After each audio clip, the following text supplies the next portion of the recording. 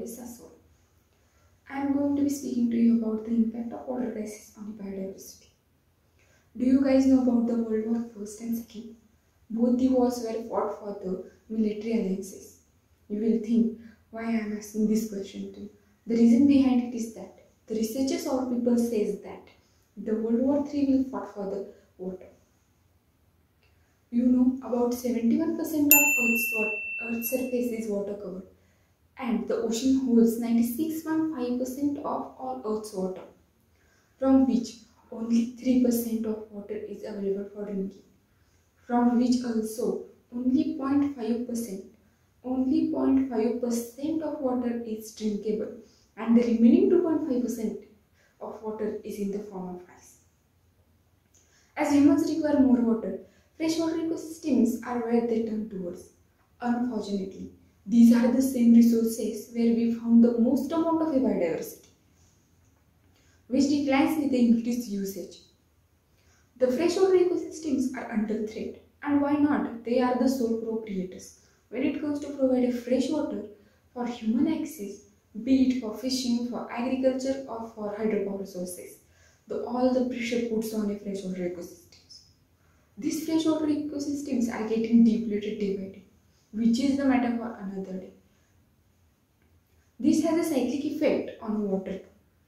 The most amount of biodiversity present in the water, the purer the water is. As the species and organism present in it do a good job of churning of water, thus removing dirt, fecal particles, chemicals, and other pollutants. Once that decreases, the quality of water increases. The water crisis looming at large, and initiatives like Harping News 18 Pani are trying their best to make awareness. Now it's our responsibility to be aware and gain knowledge and do all that we can do to fight against the crisis. The reasons behind facing this crisis is, the first reason is the climate change. We are making dry areas drier and precipitation more variable and extreme. The climate change is warming our planet by making hottest geographies ever more scorching.